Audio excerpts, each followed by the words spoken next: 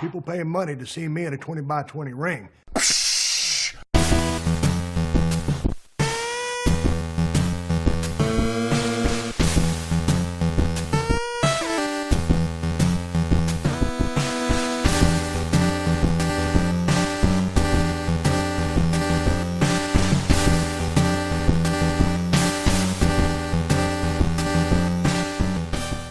Hello again, wrestling fans. Thank you for joining another episode of the 20 by 20 Ring Crew. I am Matt. I am alongside my brother, Joe. What up? And before we start, been dealing with a little bit of family tragedy here. My grandmother of 84 years passed away shortly before this recording, a few days before this recording. She was a huge supporter of everything that I did. Didn't listen to every episode, but definitely listened to a number of episodes just to hear my voice. Not really a supporter of professional wrestling, but knew what professional wrestling was or means to me. So definitely a fan there. Before we start, I want to remind everybody how important it is to tell people out there that you love them and all that stuff, and keep them, take the time out to let them know that you do love them. And I'm just thankful that I got it to 28 years to be able to do that, and I don't have any regret in that sense. So Grandma, wherever you are, I love you, I miss you, and I hope you're at peace now. So thank you for everyone for listening. On that note, I'm going to go back to everything that I love to talk about, and that's professional wrestling. Absolutely. And as we do that, we are watching some of the best professional wrestling around, and that is the G1 Climax. This is day 8. Block B is going to be highlighted in this show. Again, we hope that you are enjoying the G1 as much as we are. With everything going on, I'm a few shows behind, but I'm gonna go ahead and watch this one because it's really not gonna matter. I'm gonna watch all of them, at some point, sooner than later. But we're not gonna talk about G1 at the moment. Instead, as we see Tama Tonga, who's definitely been in the news quite a bit lately. But we're actually gonna go to the WWE. They just got a big signing for them. It's a big deal for independent wrestling, especially if you're a fan of Evolve Wrestling, things of that nature, PWG. This particular guy was a major part of, and that is the King of Bros. Bro, Matt Riddle is just recently signed a 3-year contract with the WWE. Before we break this down, what's your initial reaction to that?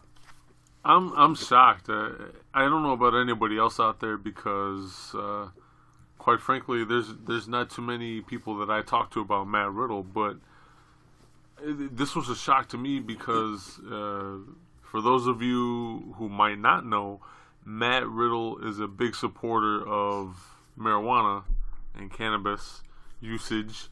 And that was probably the biggest reason he has not already been signed to the WWE, or had entertained any contract from them. So it comes across as a shock because now it's like, you have to wonder, are they just going to look the other way on his usage, or did he find some other loophole around said usage? Yeah. Or is Matt Riddle coming into the WWE clean? That's another possibility. So either way, it comes to me as a shock. Like, I don't think anybody expected this. I know about a month ago or so, we had reported, or most of the wrestling news world had reported that Keith Lee got picked up by the WWE. Yeah. Which, that was not really a shocker. I mean, Evolve is an official breeder for the WWE. It was just a matter of time before Keith Lee got picked up. But right around that time, there was little rumblings about Matt Riddle leaving, and I think I speak for you as well. Like, both you and I, we didn't see that happening. Not at all. Not in the least bit. So, No. yeah, shocking to say the least. It's shocking for sure. You look at a guy like Matt Riddle, who's in tremendous shape. Obviously, a great wrestler, a great submission wrestler too, grappler. But he has the baggage of marijuana usage, and he's not shy about it.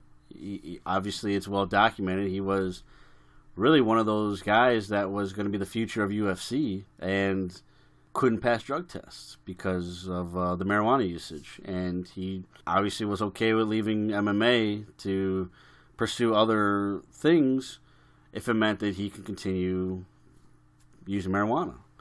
And look, I'm not here to preach marijuana usage or not, and my standpoint on it doesn't matter. I really don't care personally. But you look at a company like WWE that has a wellness policy. They have rules intact.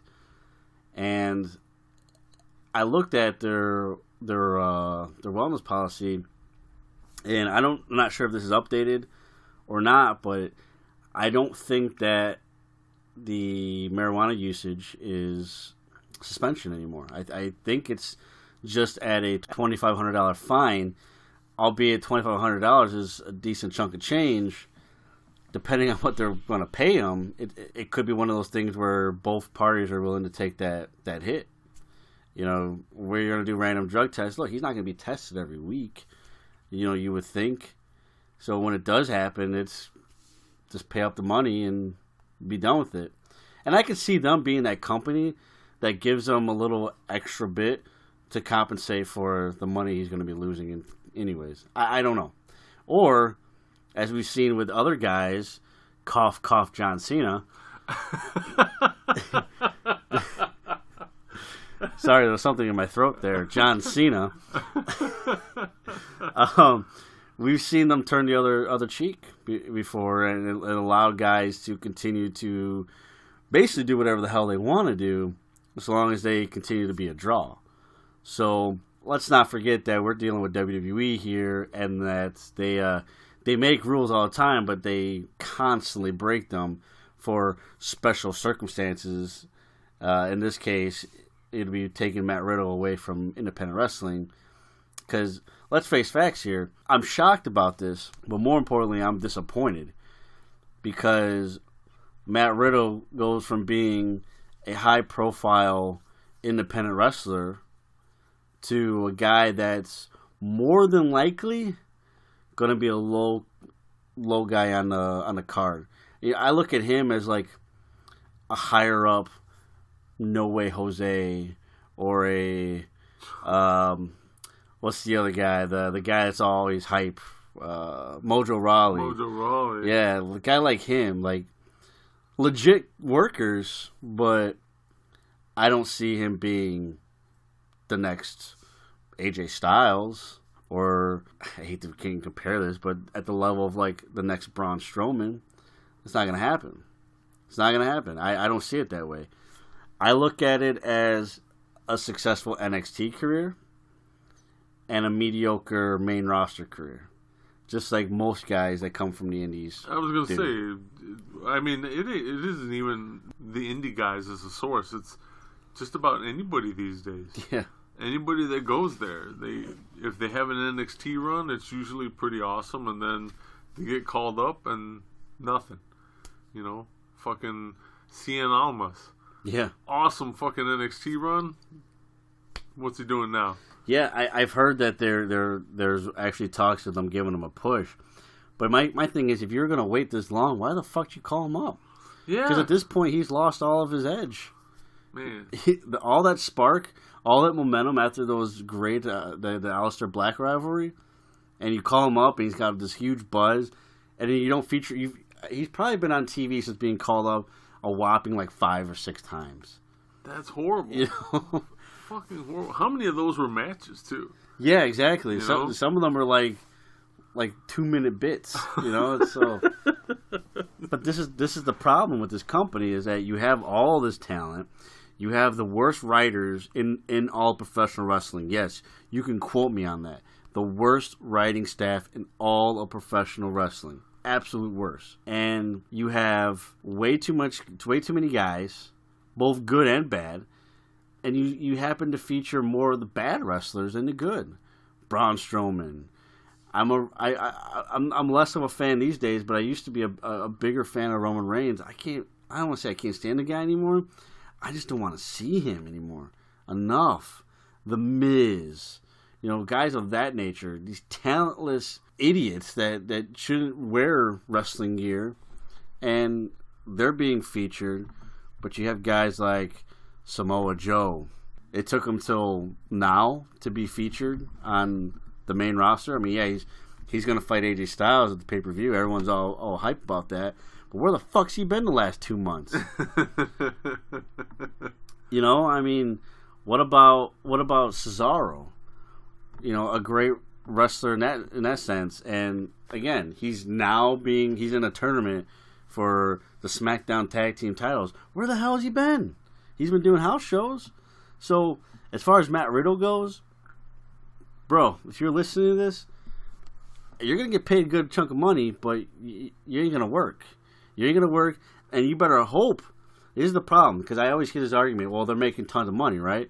Yeah, but you better hope that they don't lose relevance and WWE cuts them, because by you not being portrayed on TV, you're no longer a draw when the WWE no longer wants you. Yeah, just remember that. You'll go back to the indies and essentially start from scratch. Yeah, Matt Riddle, who? Fuck. You also mentioned Keith Lee. I told you before the show, I don't know if this is breaking news to anybody out there listening, but if it is, here it is. It has been reported by multiple sources that Keith Lee is actually going to skip NXT and go straight to the main roster. I got to hear it again. What's your initial reaction to Keith Lee not being in NXT? Man, that's like so disheartening to me, because I think he would flourish there. Just like all this top indie talent that's coming their way. NXT seems to be the perfect mixture of indie and WWE product, to where they actually have a successful career and they stay relevant. You get to see them. You get to see your favorite indie wrestler be on a WWE product and a television show and compete in a very similar manner. But now you're telling me that there's a chance that he bypasses all that and goes straight to either SmackDown or Raw. Man, that does not excite me at all. To essentially rot. Yeah, because that's what's going to happen. I mean, even it sucks too, because I feel like a lot of the times you and I have conversations with other wrestling fans online, a lot of it is we get targeted for picking on the WWE, but they keep making the same mistakes. Yeah, this isn't new. This is just another repeat mistake in a line of repeat mistakes. And it's like, how the fuck? Don't get me wrong, I understand the business side of it. Mm-hmm. He's gonna have merch out and the whole nine. You need to push that shit because that's the WWE for you. But fuck, you want to talk about ruining a wrestler's career? That money isn't everything, folks. It just isn't, and especially when it comes to professional wrestling, just like Matt said, if you go to the WWE and you're either used the wrong way, or you're not used at all, or used very sparingly, and then they cut you, you go back to the indies and you lose all that momentum that you have mustered up in order to get to that level of success to begin with. And then what? You have to start all the fuck over. It's very rare that some guy leaves the WWE and goes back to being as successful as he was before arriving there. I'm going to use an example, and some people might get a chuckle out of this, but do a little bit of research. And I'm going to stick with a Chicago guy, because we're Chicago guys. Colt Cabana. Colt Cabana, when he broke into Ring of Honor, some of the matches he was having. He was always kind of this goofy character. He had he's a goofy guy, but there was definitely a more serious side behind him, and I know you could attest to that. Definitely had a hardcore edge about him too. Gets signed by the WWE, and I don't remember what his name was in WWE. I don't remember either. Scotty something, I think. Yeah. Anyways, he was just this joke of a character that was barely used on SmackDown, and then they did this bit where they were moving SmackDown to, I think they were moving from Sci-Fi to USA Network or something along those lines, or maybe they were moving to Sci-Fi. Either way, they were moving, and they had a moving truck, and they threw Colt Cabana and somebody else in the back of the moving truck, and it was like a ha-ha moment. But you never saw Colt Cabana again. Now, Colt Cabana comes back to the Indies. You never saw him again in WWE, by the way. He goes back to the Indies, and he has no edge anymore. He has absolutely no edge. He's the guy that was, oh yeah, you were Scotty whatever in WWE, and you're just a joke. And so he has to find a way to try to stay somewhat relevant, so he becomes even more of a joke than he was in the past. No edge to him. There's no like hype behind this guy anymore, and he never got it back. Never. He made some good money, I'm sure, in WWE. Yeah, made some good dough, paid his bills, and then some. Fine, but another thing, you said money isn't everything, but what if it is to you? If you think money is everything, keep this in mind. You have to, just like anything else in life, you have to think about the longevity. Have a long-term goal. In professional wrestling, your long-term goal is to remain relevant your entire career. At least I would think so. That's how you make money, right? By being relevant, by Sami Callihan called himself the draw, by being a draw. If you go to WWE and you're not used, you're barely used, and then you go back to independent wrestling and you're having a hard time getting booked because nobody gives a fuck about you, well, you just lost long-term money. You lost long-term merchandise, especially during an era where you got sites like Pro Wrestling Tees that you could have your own store on their website, for whatever fee they charge. I'm not sure what it is, but it's much easier to have your stuff out there for the public to see. But again, if you're talking about somebody that isn't being used, you're not going to be featured on the website or any website. You're not going to be searched for by a lot of people. It's look at guys like, I hate to keep bringing up these three again, but Omega and the Young Bucks, because they're the hot commodity right now. Are they going to stay with where they're at, or are they going to go to WWE? Again, you have all this merchandise sales. That ends the moment you sign that contract. You're going to have merchandise, but it's with a WWE logo, and your cut's going to be way different from what you were getting from Pro Wrestling Tees and ROH Wrestling website and so on and so forth, New Japan, etc., etc. You better hope, especially if you're guys like the Young Bucks, because you're a tag team, you better hope that you stay relevant, because if you don't, everything that you built is crumbled. You're pretty much the present day version of Babylon. You crumble because you sign on that dotted line to make some money that you already could be making in a wrestling world now. And I'm not just talking about the Young Bucks and Kenny Omega anymore. I'm also talking about a Matt Riddle and a Keith Lee in a wrestling world that has saw a resurgence in ways that I personally, guys, my generation, no disrespect to you, Joe, but you were kind of on the back end, I guess, a little bit. Yeah. You got to saw the after effect.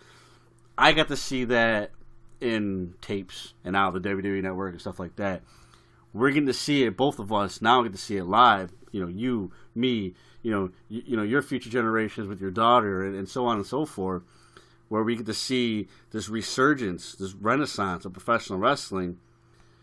And it's a shame that guys still have that mentality of, well, let me make some good money in WWE, when you can make really good fucking money really anywhere. Because wrestling is a hot ticket commodity again. Yeah, you're doing it a little bit differently. Yeah. Than how you would be doing it in the WWE. But yeah, there is plenty of money to be made as long as you're willing to be that go-getter.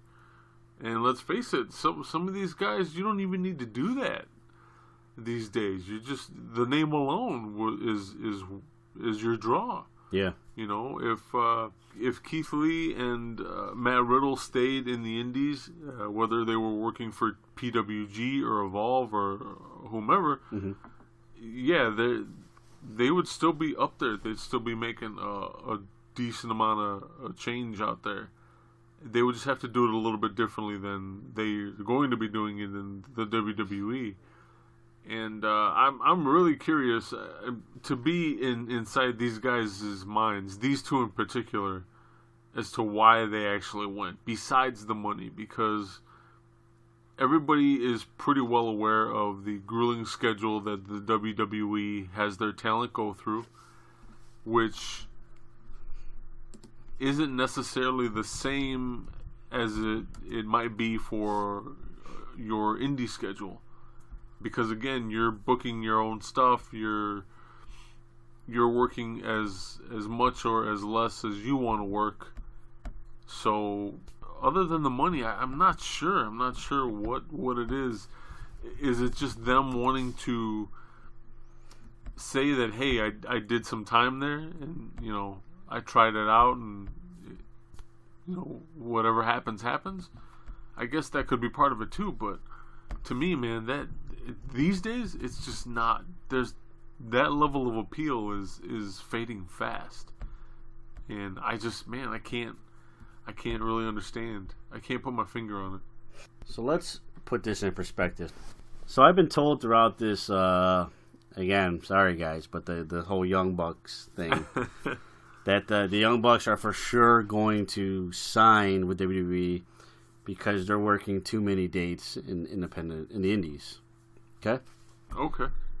For anybody that is going to throw out these facts at me, make sure you fact check before you start coming at me with shit. Okay? So, Seth Rollins. I picked Seth Rollins because he's a hot ticket guy, right? Sure. You know how many matches he's worked in 2018? How many? 101. 101 matches in 2018. Okay? And that's what, a little over half of the year? A little over half of the year, okay. Yeah. The Young Bucks. Want to take a guess on how many? For this year? Yeah, for this year.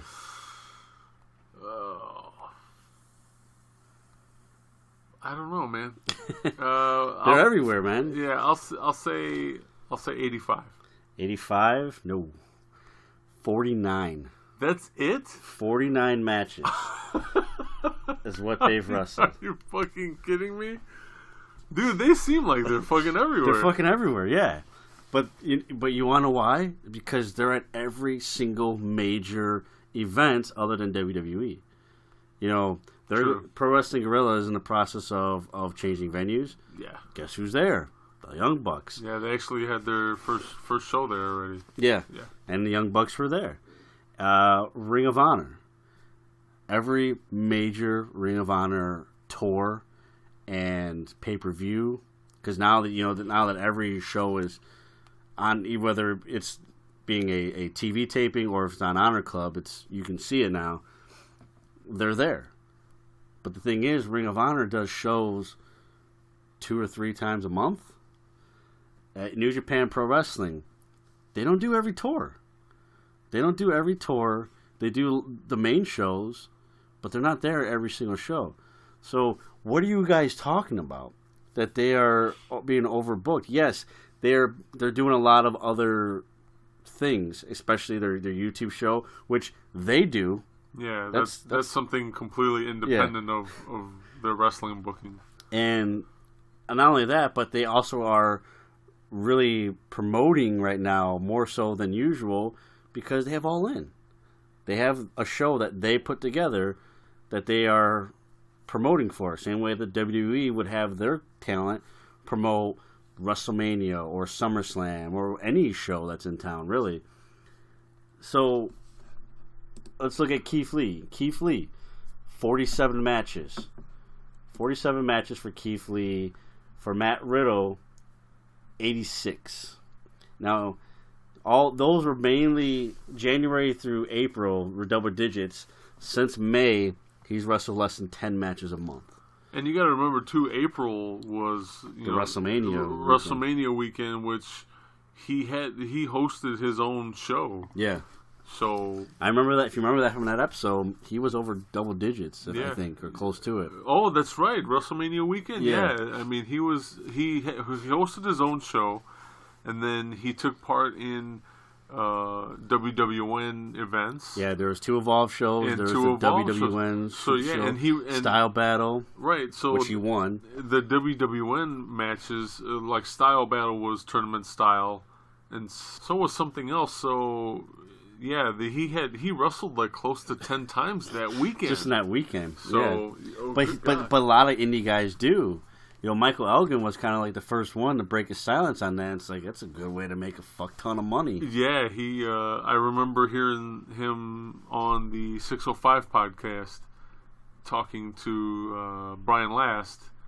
And yeah, he said it very nonchalantly too, like, oh yeah, just WrestleMania weekend, I'll get booked for 7 to 10 shows and just have at it. And you're like, holy shit! But you on the indie circuit, you make your money when you can and however you want, especially these days. That's no truer than now with the boom in wrestling again. You can basically, if you have a name out there and you're a good wrestler, you're making your own schedule. You can work as much or as less as you want, and yeah, you can pull fucking 10 appearances or 10 matches in a weekend, a WrestleMania weekend, if you've got the name and if you're a go-getter. Yeah. So go back to the Young Bucks here. 5 matches in January. You got 9 in February and March, 7 in April, 9 in May, 7 in June. We're at the end of July. They might have 1 or 2 more matches. They're at 3 right now. Wow. So I really thought they were closer to a Matt Riddle number. And let's go to but even then, even saying that, yeah. What did you say? Seth Rollins was at 101. 101. The lowest amount he's wrestled in a month was 12. That's close to. It's almost a 20 match difference. Yes. And we're not even halfway through the year. So if we were to keep, or I'm saying we're a little over halfway through the year. Sorry. So if we're to keep that pace, suffice it to say, Seth Rollins is going to wrestle well over 200 matches. Close to, yeah, probably, because he's wrestled. 2013, he wrestled 214 matches. The lowest amount he's wrestled since coming to WWE was 118, but he also had the injury. I was going to say, that's him being injured. Yeah. 118 and him being injured. When he came back, 147 matches. He's already at 101. Jesus. 176 in 2015, 196 in 2014. The most that the Young Bucks have ever wrestled in a year was 117. That was in 2015. So they haven't done that. Last year, 76. 2016, 76. 2017, 81. Jesus. So where's your argument at that they're overused, that they're never home? Man, it's all in how everybody has the same set of tools for this argument's sake, but it's just how you use it, And man, that really does fucking baffle and blow my mind. I didn't think it was going to be that big of a discrepancy. So that's the thing. Like, so you're working fewer dates. If you don't know this by now, you're living under a rock. But not only are the Young Bucks working less dates than, let's say, a Seth Rollins, and again, I think I picked a fair guy when I did this little experiment. Yeah, Seth Rollins is a top commodity here. I mean, not everybody could be Brock Lesnar.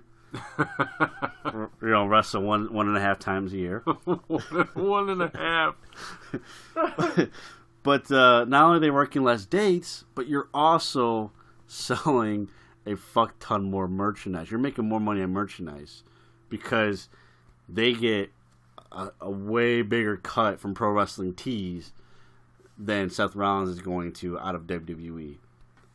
That's a fact. It's fucking unfortunate is what it is. And this is a guy that tore 3 ligaments in his knee, and he's working all these dates. You know, the Young Bucks, Matt hurt his back earlier in this year. He's been dealing with that. Again, you work what you need to work. And I guarantee you, if All In wasn't a thing this year, Matt Jackson probably would have took more time off, too. Yeah. To rest that back up. So, yeah, he's taking a risk by competing with a bad back. There's no doubt about it. As wrestling fans, we appreciate that. But me personally, I would understand if he took some time off to heal the back. But again, he's trying to be a promoter here on top of being a professional wrestler. That's the reason why you got, 2 brothers that are constantly on the road, because they're constantly booking, they're constantly talking with other talent and all this other stuff. It's not just them being a professional wrestler at this point. Yeah, you can focus on just being a professional wrestler, but I'm going to tell you this right now. If they don't know this, I don't know what they're smoking at this point. Some better than Matt Riddle shit. But you're never going to see your kids either if you're going to be in WWE. Yeah. And it's going to be the entire time of your contract, unless you get hurt. You know, that maybe that's why Matt Riddle's going, so he can afford, like, the really, really good shit. You know? It's a shame. It's a shame that we have that mentality. And again, we don't know. We don't know if that's what Matt Riddle wanted to do. Maybe he was one of those guys that wants the WWE moniker. Maybe that's his dream job. Maybe WrestleMania is his dream, match. And again, we've talked about that. It's not everybody's going to want that, but there are going to be guys that do. And maybe Matt Riddle is that guy. Who the hell knows? It's just a shame that there's guys that are willing to take a big paycheck to do pretty much nothing. Up until his Intercontinental Championship win earlier this month in July, Dolph Ziggler was that guy who's willing to take a boatload of money to do absolutely nothing. Yeah. So it's really sad, especially when you have a wrestling industry, as we see Jay White right now, who, if you haven't been paying attention, Jay White, he's about to explode in ways that he would never have in WWE. I'm telling you that right now. Jay White is about he's shattering the glass ceiling at such a quick rate, and that's the type of things you can do as independent wrestling, or in this case, New Japan Pro Wrestling, where they put the wrestler first. The good workers get good spots. It's not, you're a good worker, you're perfect for Braun Strowman, get him over. When Braun Strowman should be busting his ass to get himself over. No, you do it for him. You do it for him because he's big, and the fans like his "get these hands" slogan. So just do that. Get him over. That shit doesn't fly anywhere else in professional wrestling. I'm curious, on that infographic you have up right now. Yeah. Are there any New Japan members that we could take a look at? Yeah. Throw a name at me. How about Naito? Yeah, let's do Naito, sure. Because he's a hot commodity right now. He's pretty much at every single tour. He's worked a lot. He's at 93 right now. Jesus. Okay, so all right, that makes sense though, because he is he's full-time New Japan. He isn't like the Young Bucks. I'm curious now that we've got it up. Can we shoot on Kenny Omega? And see what it's like? Kenny Omega. That's even a better one. Kenny Omega. I'm telling you right now, this one has to be low. Mainly because Cody's been calling him out about it too.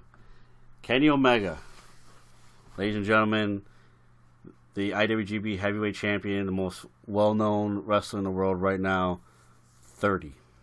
Are you fucking kidding me? 30 matches. Oh, shit. The most recognized name outside of WWE, I'll be fair, outside of WWE, the most recognized name in professional wrestling is Kenny Omega. He has wrestled 30 matches. Holy shit. He's wrestled more matches in the month of July. Why? Because he's in the G1 Climax than any other month. Prior to that, second place is February with 6. He's wrestled one time in March. Damn. And he wants to go to WWE to wrestle 101 matches by this time? Yeah, why would he do that? Again, you're the most recognized wrestler in the world. You can go anywhere you want. You're going to be the hot ticket item. Your merchandise is going to sell more than anybody else. Your meet and greet packages are going to sell more than anybody else. Why the fuck would you go here? So you can work all the goddamn time? When you work 30 matches. And again, his career would suffer. His career and his momentum, all that would suffer. He wouldn't be the best bout machine. No. There would be no way in hell that McMahon is going to let you put on those kinds of matches. Against who? You know, I mean, who are they going to give because he him? doesn't want anybody else to wrestle that way. Yeah. You know, it's the same thing with, again, going back to Seth Rollins. Seth Rollins tore his Achilles, no, not Achilles, I'm sorry, tore his MCL, ACL, and another ligament in his knee. And instead of working him less, that would be the answer, right? Work him less matches, more high-profile matches. No, you're going to work more matches against the same guy over and over again. It's just you're not going to do as much. So it's the complete opposite of what we're always told. It's for them, for WWE, it's quantity over quality, and that's why for a lot of you fans who are starting to kind of like, hey, Raw and SmackDown kind of suck right now. This is why. This is their formula. It doesn't work.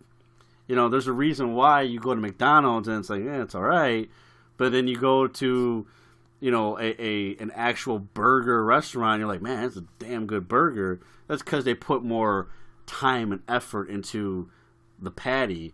Whether there's some frozen piece of shit that's just going to get the job done. And I eat at McDonald's from time to time, so the same thing with WWE. Like, they're like the McDonald's of wrestling. It's just force-fed bullshit. And, again, it's just get as many matches and many shows as we possibly can.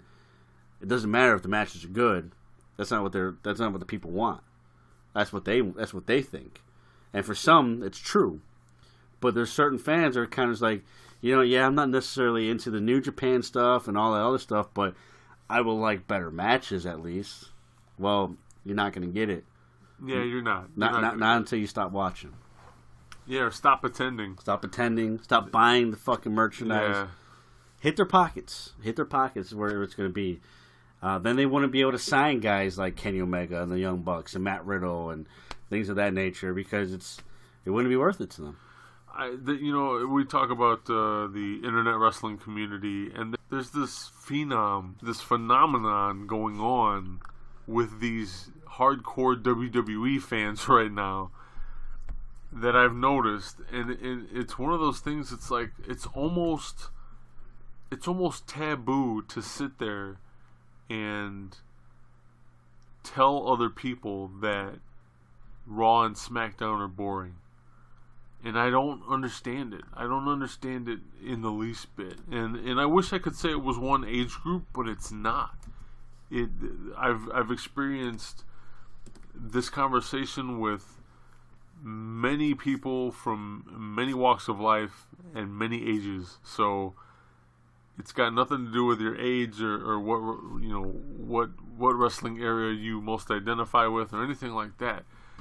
But I'll sit and I'll talk to some of these people online, and it's almost like they want you to keep it hush hush. Like, oh man, I watch Raw, but I really don't. I just kind of keep it on in the background because truth be told, it's really boring. Why don't you just come out and say it? Like, you're not going to get in trouble. Like, if you think it's boring, great. I think it's boring. Yeah. I'm pretty sure if it was exciting, we would be talking about it. But instead, the conversation I'm having with these people is about other wrestlers and other federations, and the plight that they're experiencing as a hardcore WWE fan. We love, both Matt and I love that anybody listening to this, anybody who supports professional wrestling, keep doing so, whether it's the WWE or not. But on the same token, don't be afraid to call these fucking companies out when their product is horseshit, especially if you're paying for this stuff. You know, I refused to take my daughter to a SmackDown this past December. Yeah, huge AJ Styles fan. She's a huge AJ Styles fan, but she understood right away. She's like, yeah, I know. It's going to be boring. Like, why would we want to pay all that money to go see something like that when we could have easily, for the same amount of money, mind you, attend 2 or 3 Ring of Honor shows. Or go to All In. Or go to All In, which will be there.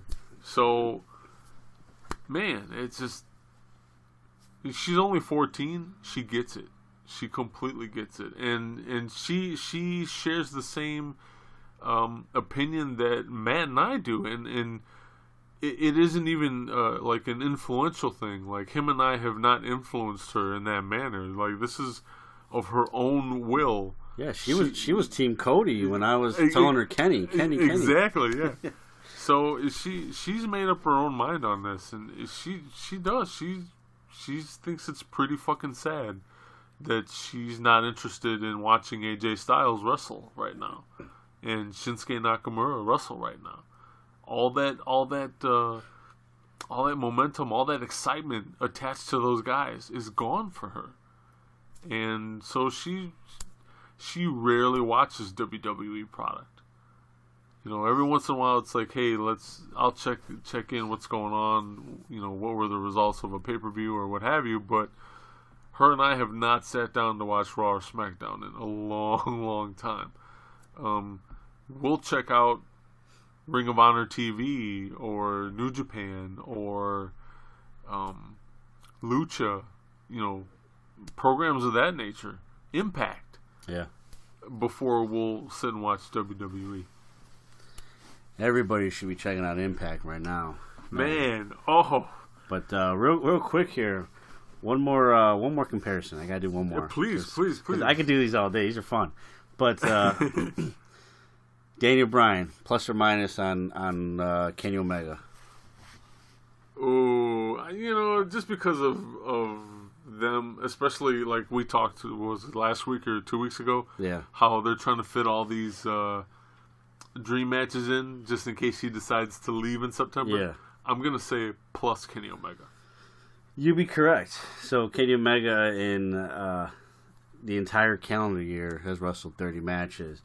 Daniel Bryan came back in April, correct? Yes. Came back in April. I mean, yes. Yeah. Yes. He's wrestled 43 matches. Get the fuck out of here. 43 matches since he's come. This is a guy that came back from a concussion, by the way. His days are numbered. His days are numbered, and he's wrestling 43 fucking matches. Why the fuck would you do that, man? And I'm not going to sit here and count all of them, but for every one match he does, about roughly here, about every 3 of them are house shows. I'm going to, you know this about me, I rarely ask for anything specific for my birthday, other than to hang out with my close friends. I'm asking for something specific this year. You know what I want? What's that? I want Daniel Bryan to make his fucking money in the WWE until September. Come September 2nd, leave that fucking place. Yes. And work your own schedule so that you could be with your daughter and call your own appearances. And make probably that much more fucking money in the process. That's what I want.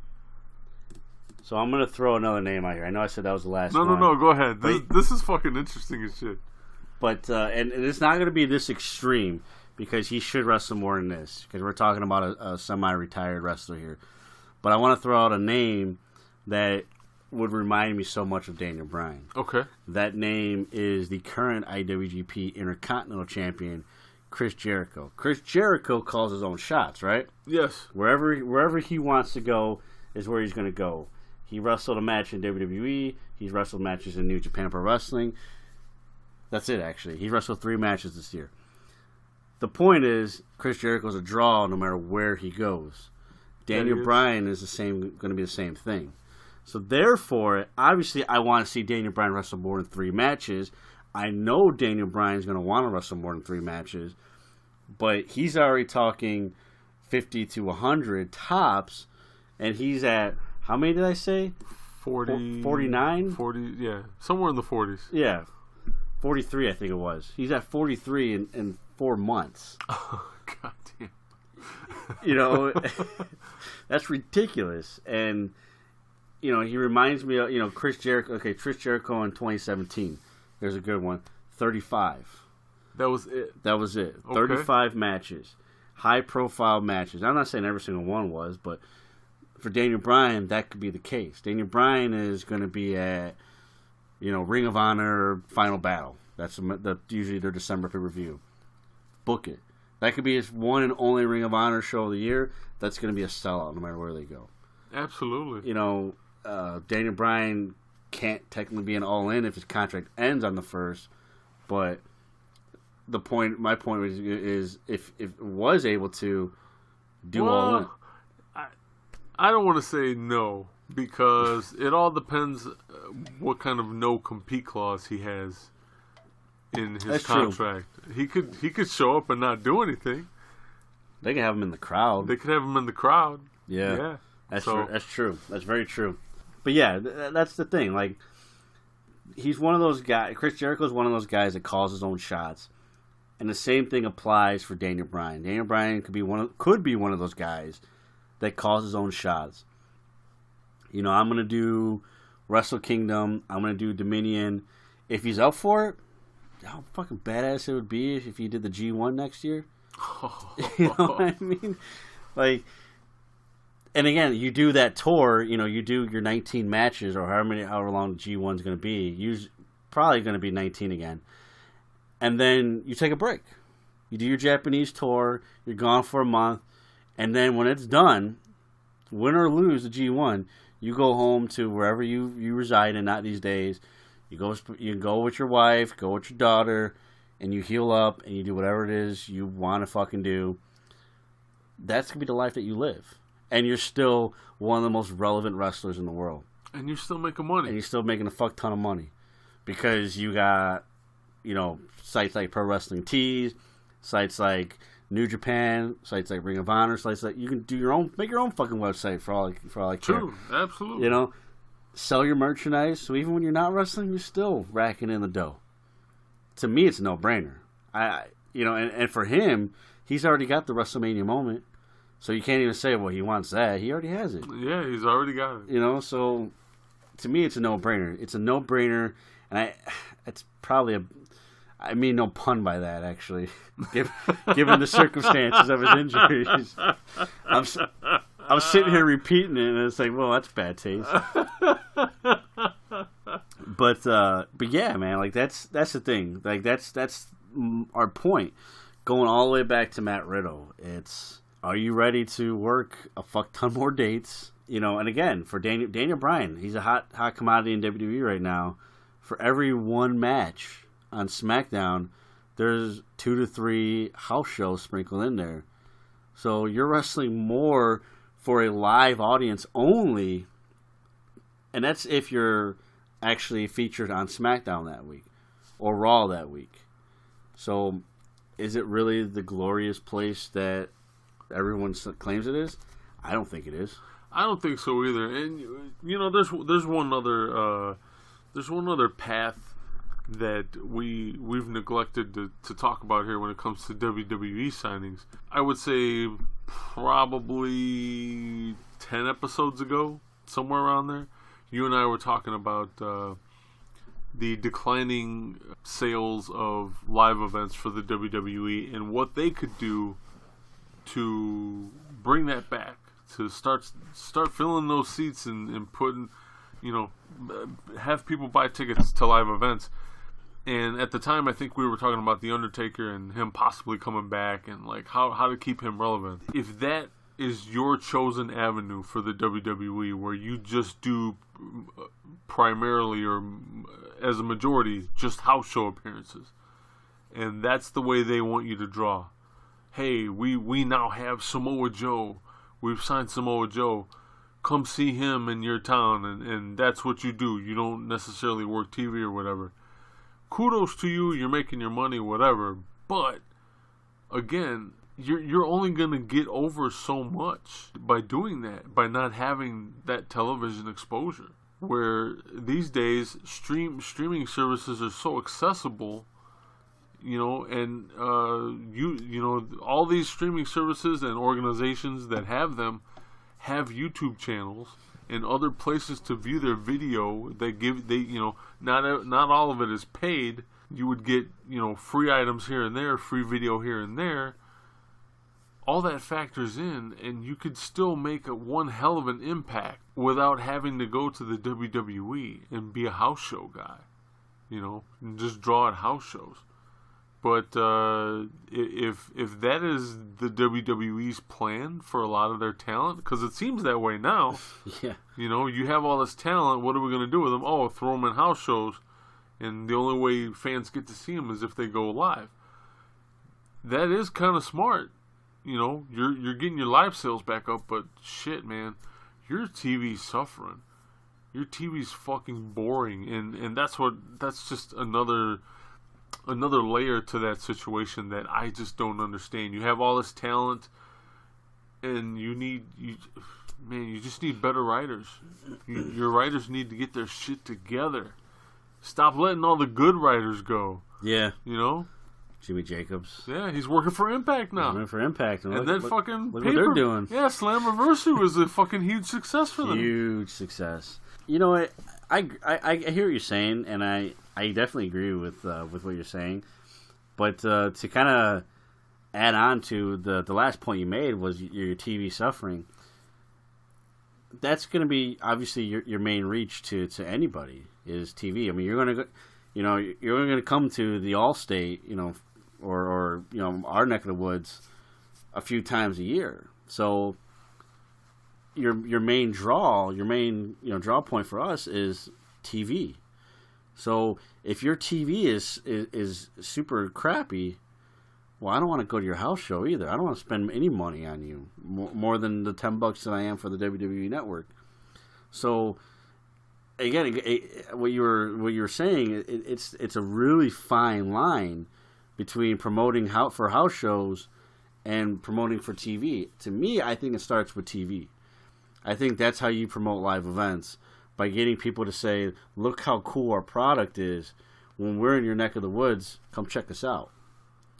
If your TV is super boring, well, I don't want to check you out. I just don't want to go. And again, that live draw, if you're just a live draw, you're not necessarily that your level of performance isn't necessarily being translated over to your fans.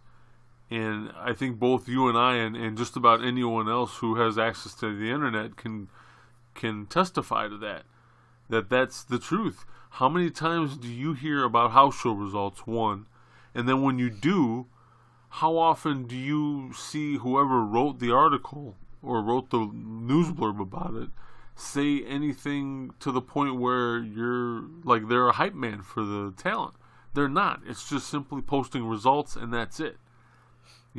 Even if it's a review of a show, you still get probably a tenth of what you should be getting in the way of a review. I mean, let's face it, not everybody out there who writes wrestling reviews and covers wrestling news or rumors is a fucking, Pulitzer Prize winning journalist, Right. So again, if your avenue is, hey, we're going to put you at just live events only, and this is how you're going to help the company, that's fine and dandy, but your career's going to suffer. Even people that attend live events, I come across a lot of wrestling fans, and you don't get that. You don't get a whole lot of that. Like, oh, hey, I went to this show, and this guy was really cool, this guy sucked. Like, no, it's just, yeah, I went to the show, and this is what happened. So you don't get a real sense of like, man, should I go see these guys? Right. And then the other thing too, bro, ticket prices. Yeah.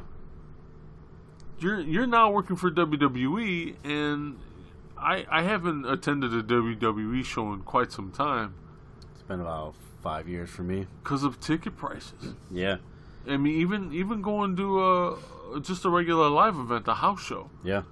It's still more expensive than potentially going to see Ring of Honor or Evolve or something like that. Yeah, we can go to front row for Evolve and pay less than $50 to go to a Evolve show to see good wrestling. Front row! With or without Matt Riddle, by the way, or Yeah, Keith Lee. Exactly. We were lucky enough to see them both, but the price of everything is going to be huge. The price of your T-shirts. I don't know about you. Well, let's look at it too. Like, the price of tickets are extremely high. The T-shirts for WWE, I know you haven't been looking at the WWE shop very recently. No, but they have sales all the time. Oh, that much I do know. I mean, I do get emails. But... Right. Well, my point is, you don't see that a lot with pro wrestling tees, and there's a reason for that. They don't have to. Yeah, absolutely. That's a very good point. They don't have to. I mean, don't get me wrong. I would love for them to do it or lower their shipping costs, especially if they're right here in Chicago. But yeah. I digress. But yeah, they don't have to. I mean, WWE just last week it was buy one regular price, get the second one for $1. I think that right now, as of this recording, they're doing that, but with like. Accessories and baseball hats. Buy one, get one for $1. I mean, that's a great deal and good for them. And you can argue, oh, they're a bigger company and they can afford to do things like that, and that's fine. But it's a really alarming when you're doing it all the time. All the time, there's some kind of like ridiculous sale going on, and you can buy their shirts for pretty dirt cheap. Yeah, and again, pro wrestling tees, I can't do that. And it doesn't bother me. I don't buy shirts every single week. We got a friend that does. Yeah, that's a thing right there where your merchandise sales aren't doing as well as people might think they are, but those independent guys certainly are doing very well for themselves. And again, no matter where you go to, I mean, let's look at a baseball team. Look at a team that isn't doing so well right now. Let's look at the Baltimore Orioles. Let's not pick on any of our teams. Thank you. Although my team's doing very well. Not mine. Jesus. But we'll pick on the Baltimore Orioles, who has the worst record in baseball. Fucking losers. Sorry. So, one of the more expensive tickets in all of baseball, is no matter how they're doing, it seems to be the New York Yankees. It's New York City. Everything's expensive out there. If the Orioles were to charge what the Yankees charge, especially if they're not doing so well at that point, you're going to have like nobody in the audience. Yeah. Nobody's going to want to go.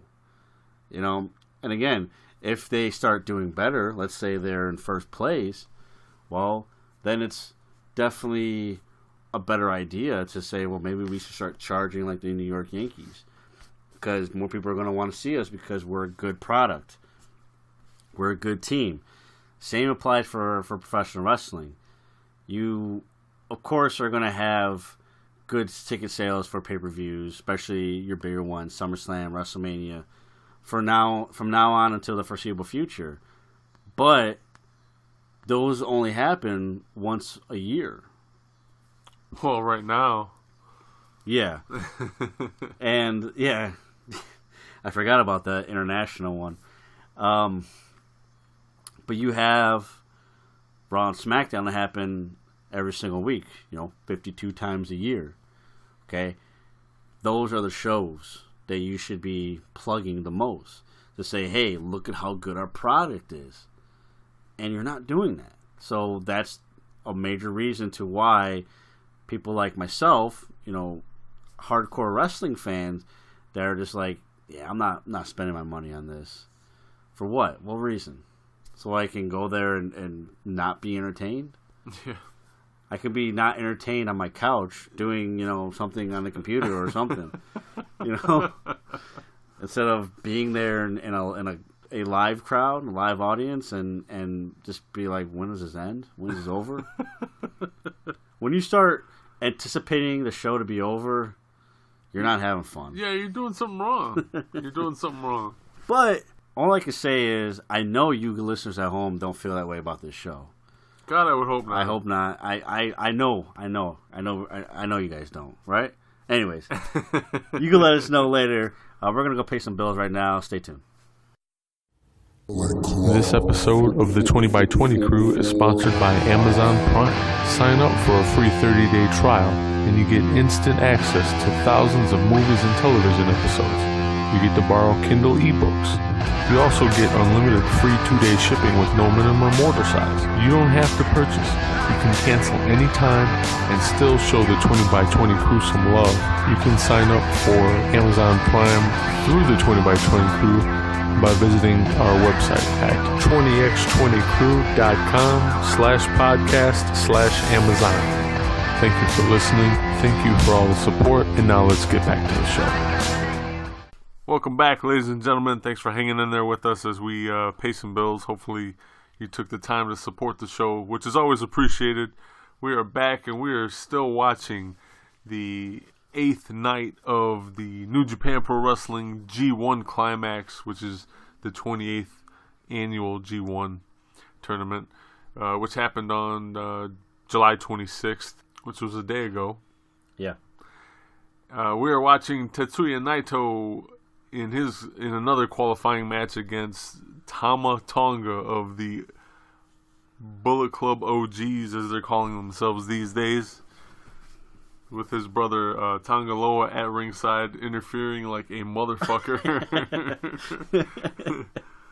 That's old school Bullet Club. Yeah, I gotta say though, I had just talked to you before we started recording. I really like the way, like the amount of interference that they're doing, and the way they're doing it, because they're doing it with purpose. Yeah. They're not doing it just because of lazy writing or anything like that. All this makes sense to everything that's going on, not only within the tournament, but within their respective storylines.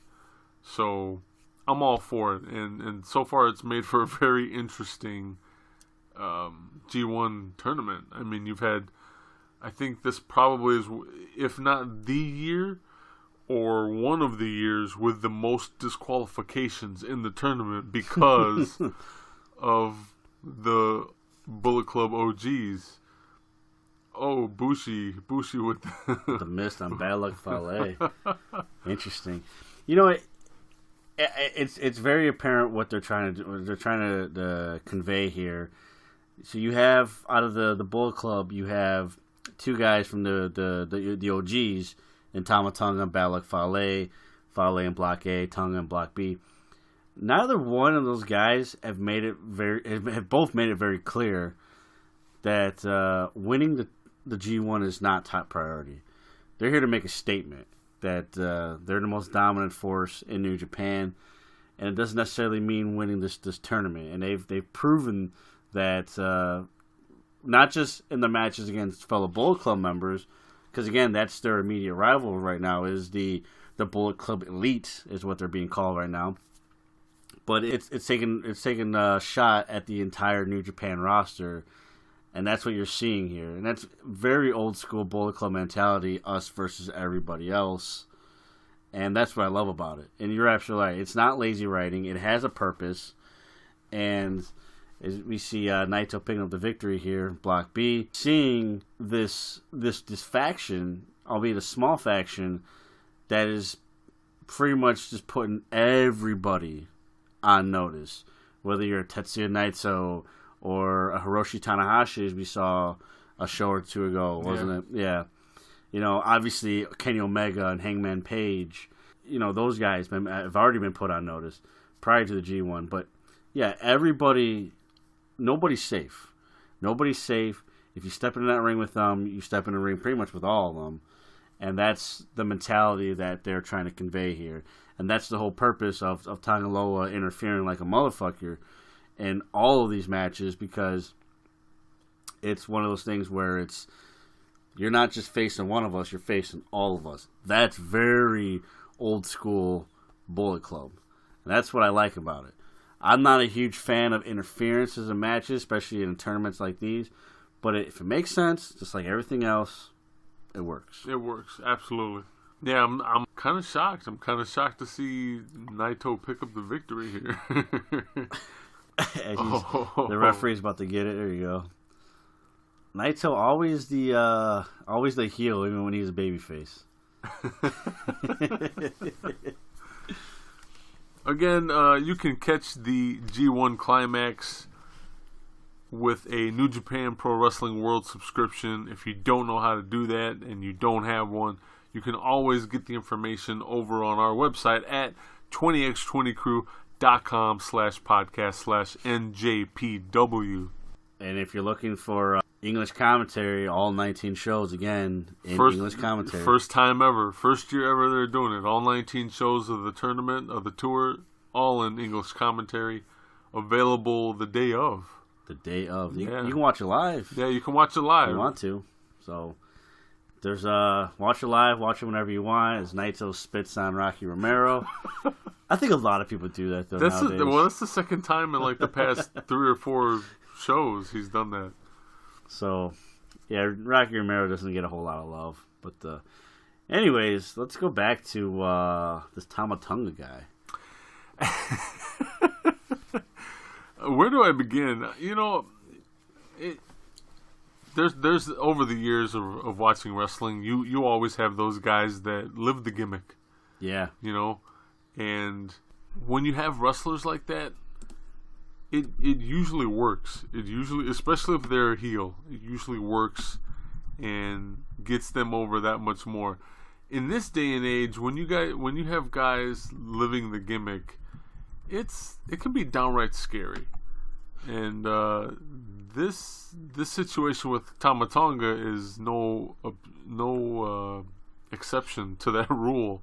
I personally have witnessed him going after a fan who happened to be a war veteran, who commented on Tama's in-ring performance, saying he was a little subpar for his taste.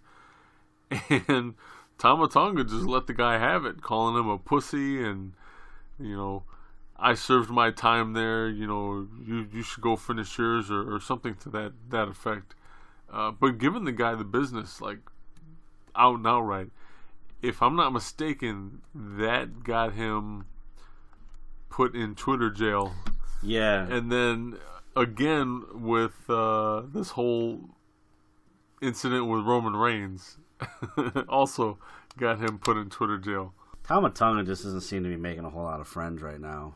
Going after a veteran is, whether you're a Japanese contracted wrestler or not, it's not the right move to make, especially if you're representing a company that's trying to westernize your product here in the United States. You know, I don't know about other countries, but you know, here in the United States, you know, we value very highly the men and women of the armed forces, and when you go on social media and you start degrading them, that's one thing. But what Tama Tonga said, and look, I'm just gonna let you guys go and do the digging yourself on this, but he said some pretty harsh things to this gentleman. Yeah, that's putting it politely. Yeah, and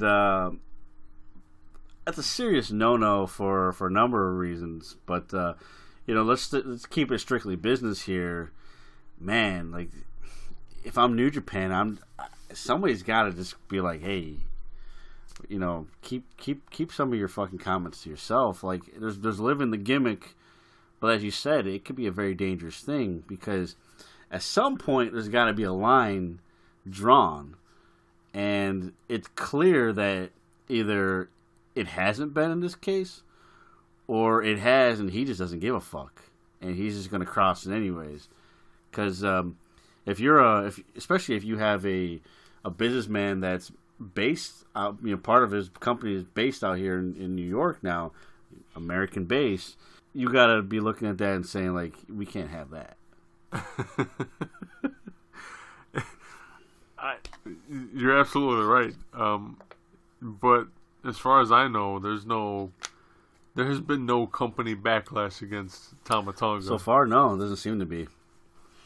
I know those guys are able to do a lot more in New Japan than, let's say WWE. Yeah. But that's putting it lightly. But yeah, it's really weird. And it started this rivalry with Roman Reigns and Twitter battles. So I'm a little confused here. He's calling Roman hashtag snitch. Do you know why? Yeah, so this originally started with Tama Tonga saying, "You ain't nobody, bitch."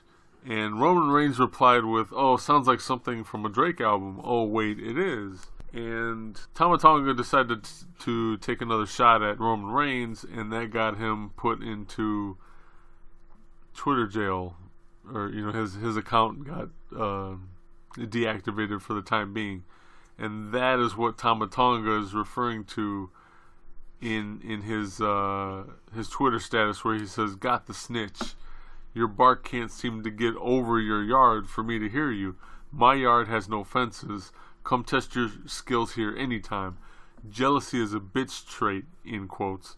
What album is that from? Hashtag Roman the Rat. Because apparently Roman was the one who was responsible for flagging his account. Okay. So now these guys are cousins, right? Or I believe so. I know they're all part of that big Anoa'i family. What do you think of the actual, like? It's always interesting when you have these kind of cross-branded Twitter battles here. I mean, we live in a world where we're talking about Twitter rivalries. Roman Reigns versus Tama Tonga in this sense of Twitter battles. What do you make of this? Do you think this is a legit thing, or? I think it's Tama living the gimmick, and I'm not saying he's not a legitimate badass. Yeah, because he is Samoan, but at the same time, right now, I think it's more bark than bite on both parts. If these two guys were to get into the ring with one another, I think they'd both work stiff against one another. That's for damn sure. Especially since you have both of them being Samoan and representing different companies. I think Tama and his brother are able to do a lot more and definitely work that strong style where Roman can't. Again, I'm not saying Roman is not a badass, but I think Tama is definitely utilizing the situation as it is to just create fodder to make Roman look weak. Yeah. So, well, let's fantasy book it then. Let's put those two together. Who wins this match? It's gotta be non-WWE, of course. Yeah. WWE, it's gonna be Roman Reigns, hands down. You know what? I don't know. I will say this about it though. If they were to ever go at it and tensions were heightened, I'd say it would be a pretty stiff match, and we would definitely see a side of Roman Reigns that we previously had not seen in the WWE. Mm-hmm. Whether he wins the match or not, couldn't tell you one bit. Because quite honestly, although Tama Tonga is a badass, I haven't seen him do anything recently that sticks out in my mind to where I could just be like, yeah, it's definitely Tama Tonga. Yeah. So the only thing that I would have to say is what you already said earlier was the strong style. Yeah, he's used to working stiff. Yeah. So he might actually last better in the match. Where Roman just doesn't have the style really at all. Besides spear and Superman punch. So I don't know. To me, you put them in a wrestling ring and you go based off of overall talent, I go Tama Tonga. Just because I just don't think Roman Reigns has had the opportunity to grow, where I think he's able to actually be a legit worker. He hasn't had the opportunity to grow because of the company he works for. That's a good point.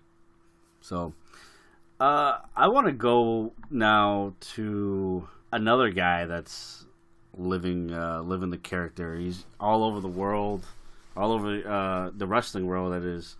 And I'm I want to jump ship to Impact Wrestling. Let's go to Slammiversary. Slammiversary, it happened on July 22nd. It was in Toronto. It was on pay-per-view, Fight TV, and all those other sites. If you don't have Fight TV, you can get it through us. $20. Yeah, 20. You sign up with us as a brand new Fight TV user or subscriber. We're gonna give you $20 right off the bat. Go watch yourself some free wrestling, free MMA, whatever you want. Free bare knuckle boxing.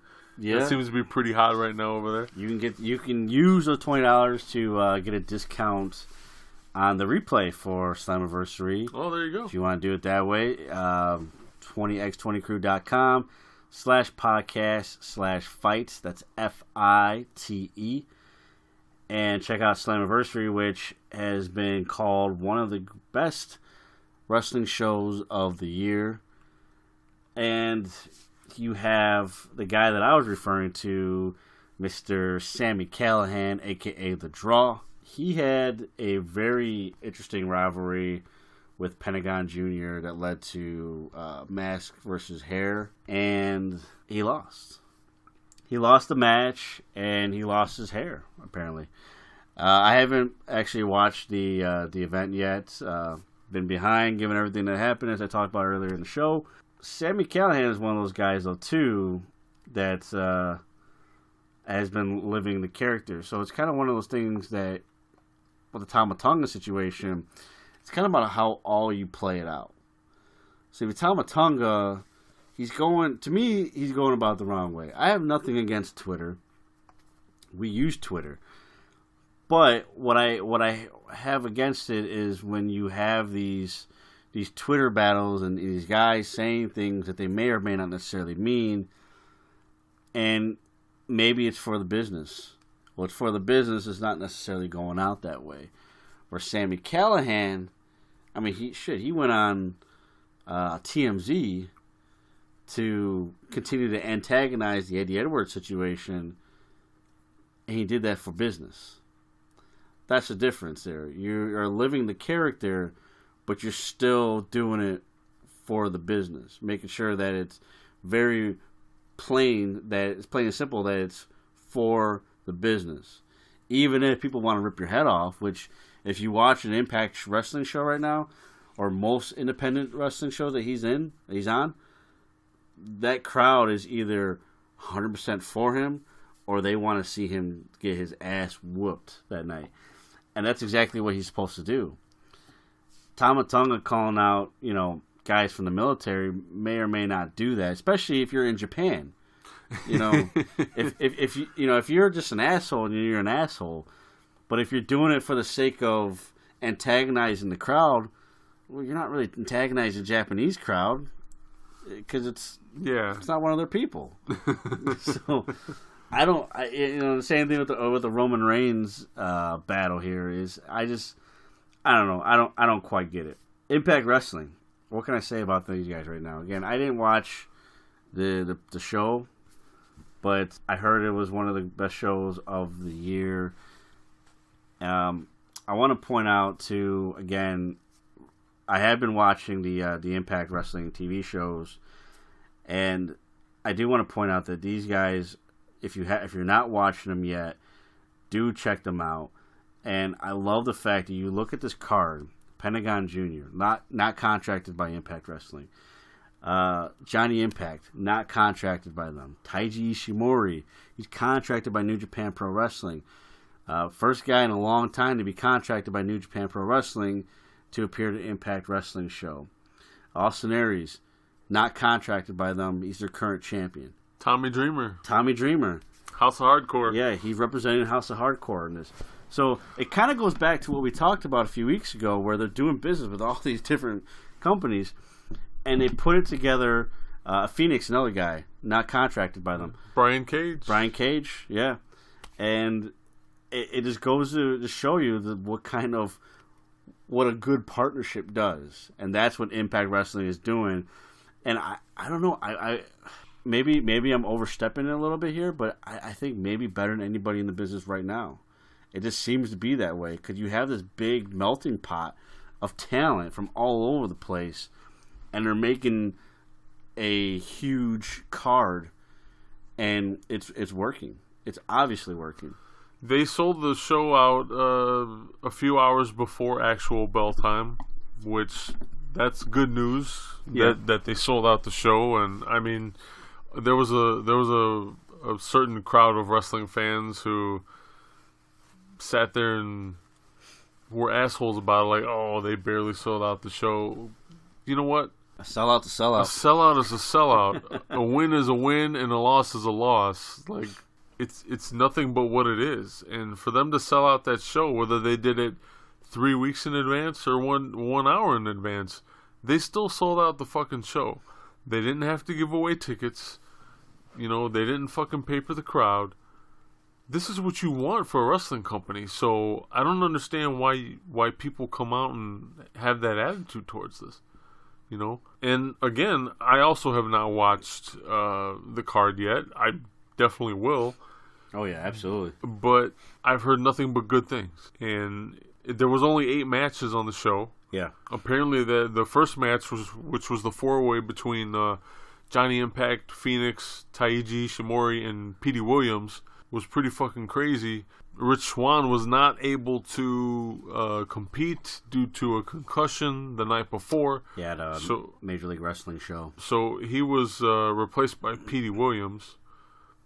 Speaking of concussions, we're still watching the G1 Climax Night 8, and the Stone Pitbull Ishii just headbutted Zack Sabre Jr. like flat out knocked him on his ass on the mat. That was crazy. But that was apparently a fucking barn burner of a match, and that started off the whole pay-per-view. Yeah, I mean, you have, I don't know what Petey Williams' contract situation is, but you have at least 3 guys who are not even contracted by the company, and they start off your show in such a great manner. That's right there. That's talent swapping at its finest right now. You know, Eddie Edwards versus Tommy Dreamer. That was been booked since their match at House of Hardcore. Again, we're talking about a House of Hardcore match setting up an Impact Wrestling match. Yeah. You know, that's crazy in that sense. To bring back Hernandez and Homicide, again, not contracted by Impact Wrestling at this point, to take on Ortiz and Santana, 2 young guns from LAX, in a street fight match, or a 51-50 street fight match.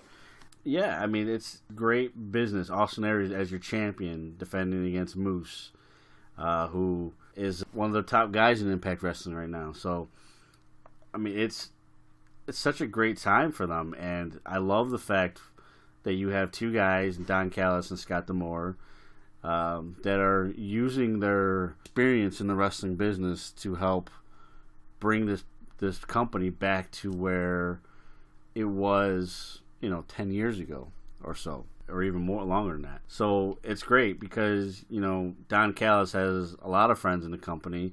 I know him more than I know Scott D'Amore. And, Don Callis, obviously, his partnership with New Japan Pro Wrestling. What's next as far as that partnership goes? Who else is going to be there? And vice versa. Are we going to see, Impact Wrestling guys in New Japan someday? It could happen. I would like to see it happen. I would like to see it happen. I would like, because we're talking tournaments here. The next tournament should be the World Tag League, if I'm not mistaken. Yeah.